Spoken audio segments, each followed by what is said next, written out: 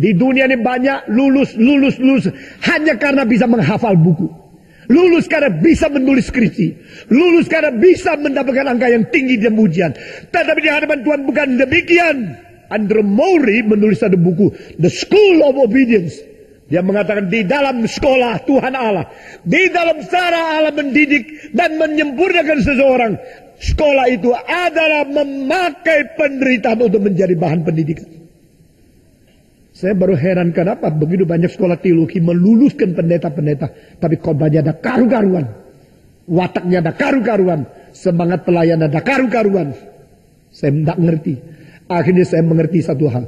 Sekolah dan pendidikan teologi Asia terlalu mengikuti teladan pendidikan teologi Amerika. Pokoknya selesai studi, tidak peduli pelayanan bagaimana, hidup suci bagaimana, pengabdian bagaimana, pengkorban bagaimana, teladan bagaimana, penderitaan bagaimana, kasih titel. Itu sebab semua pendeta yang masuk ke GRI saya harus mengketat kembali, saudara-saudara. Dan saya akan mengharapkan kalau sekolah teologi yang kita dirikan mempentingkan disiplin, penderitaan, dan semangat perjuangan mental, rela melayani dan pengabdian. Itu lebih penting daripada lulus, daripada hanya mengerti kebenaran di dalam kognitif saja. Saudara-saudara, ini yang disebut sebagai wajar. Yesus harus menderita supaya disempurnakan. Itu wajar. Apa arti? Itulah wajar sesuai kehendak Tuhan memakai cara ini. Jadikan Yesus anak sulung kakak yang paling besar untuk memelihara dan untuk memanggil kita sebagai saudara-saudara. Engkau saudaraku, kalau kakak menderita masa kita tidak mau? Kalau kakak berkorban, apakah kita tidak boleh berkorban? Kalau kakak kita sudah menjadi contoh seperti begini, bagaimana? Kemarin saya lihat anak muda tawuran itu, sekelompok lewat. Ya, saya berhenti sedikit mobil, mereka sudah lewat. Lalu saya mulai membayangkan, di dalam pikiran mereka, hidup untuk apa? Hidup di dunia untuk apa? Kalau Presiden Soeharto begitu tamak, begitu korupsi, lalu kita berjuang sekolah-sekolah untuk apa? Lebih baik menjara, lebih baik memukul, lebih baik tawuran, lebih baik belajar jahat, sudah bisa kaya kok. Presiden tidak menjadi contoh. Jenderal-jenderal tidak menjadi contoh. Ada jenderal yang mengirim 550 juta dolar keluar sebelum itu kerusuhan tanggal 13-14. Banyak yang begini. Lalu ada muda mau dapat teladan dari mana? Bersyukurlah kalau satu negara ada satu kepala negara yang betul-betul takut kepada Tuhan, jujur, setia kepada jabatan dan cinta kepada rakyat. Bersyukurlah kepada Tuhan kalau ada pemimpin-pemimpin yang menjadi teladan di mana orang-orang begitu memikirkan dia langsung membereskan diri. Konfusius mengatakan di atas kalau benar tidak memberi perintah, rakyat semua jadi baik. Di atas kalau tidak beres, bagaimana kuasa pemerintahan ini dipaksa tetap rusak rakyatnya. Ini dibicarakan 2500 tahun yang lalu. Saudara-saudara kalian, kita bersyukur di dunia Indonesia masih ada orang-orang yang betul-betul mencintai keadilan, membela kebenaran, termasuk Profesor Sahetapi yang berada di sini hari ini. Orang-orang seperti ini adalah orang yang begitu tangguh untuk menjalankan kehendak Tuhan. Nah saudara-saudara, kita bersyukur kepada Tuhan.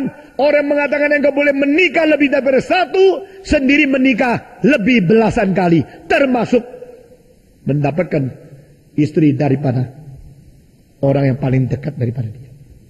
Kita bersyukur kepada Tuhan, kita mempunyai seorang Tuhan Yesus yang menjadi teladan dari segala sudut. Dia hidup suci tanpa cacat celah.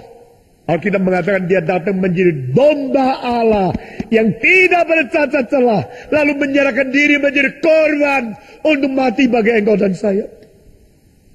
Allah Bapa menjadikan Kristus menderita supaya dia boleh sempurna. Ini adalah wajar.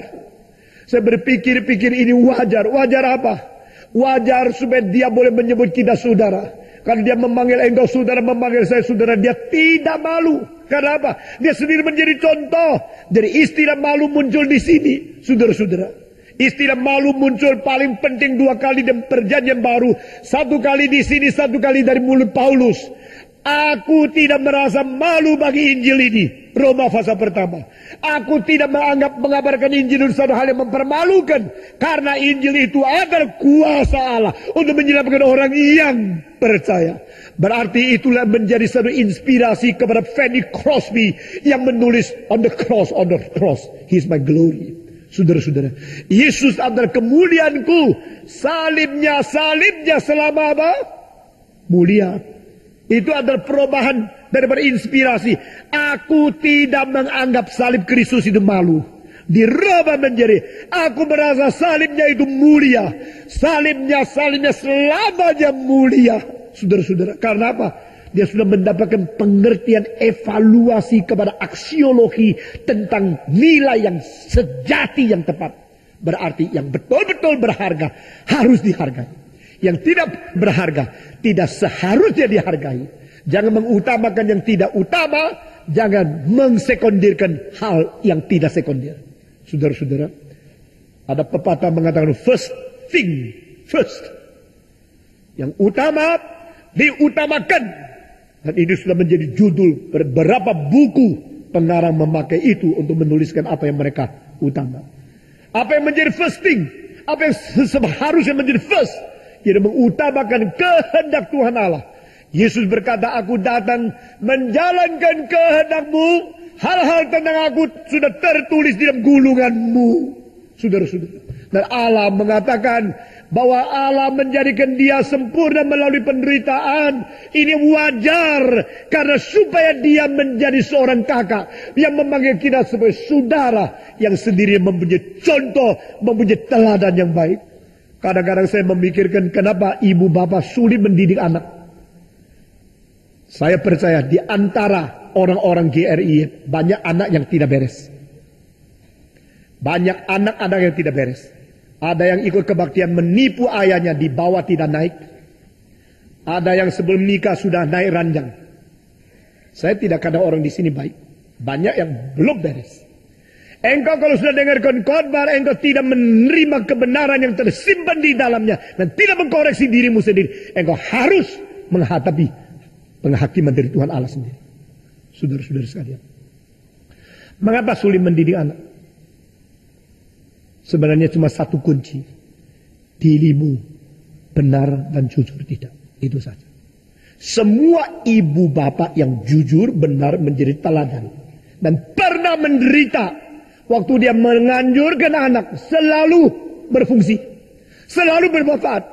Tapi ibu bapak yang tidak pernah menderita, taunya ngomel, taunya kritik, taunya marah-marah, makin marah anaknya makin rusak. Karena apa? Dia cuma dengar dari kalimat, dia tidak lihat daripada teladanmu.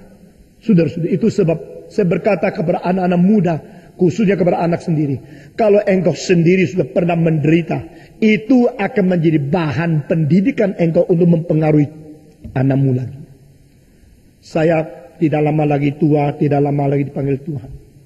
Tapi anak-anak saya harus mengerti apa prinsip-prinsip yang penting untuk meneruskan tugas di dunia ini. Saudara-saudara, seorang tua yang mempunyai pengalaman penderitaan, yang mempunyai kejujuran, mempunyai kesungguhan, dia mempunyai bahan pendidikan. Tidak terbatas di dalam hukum rohani, tidak terbatas di dalam sejarah, dan sesudah hukum rohani itu berlaku, maka upah dosa adalah maut. Kita akan mengalami keterbatasan yang terakhir, yaitu kita mati daripada dunia ini.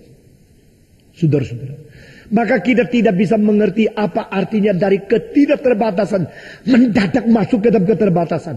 Yang mengerti hanyalah Allah sendiri. Karena Allah mengirim anaknya, Yesus Kristus, dari dunia ketidakterbatasan masuk ke dalam dunia keterbatasan.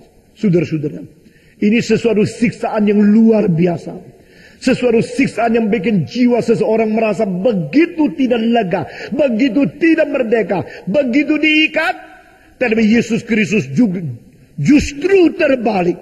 Saudara-saudara, pada waktu saya merenungkan apakah yang menjadi kalimat-kalimat menginginkan ke situ daripada rasul-rasul yang terbesar, saya menemukan satu persamaan antara Paulus dan Petrus.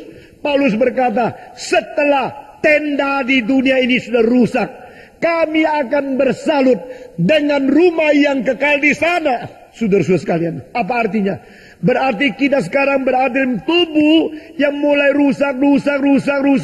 Tetapi tidak apa-apa. Ini bukan rumah kekal. Ini tenda saja. Mereka yang piknik, yang tinggal di tenda, mereka mengetahui pada waktu pertama kali masuk ke tenda, rasa lucu juga, rasa enak juga, rasa ini satu pengalaman yang baru, yang segar.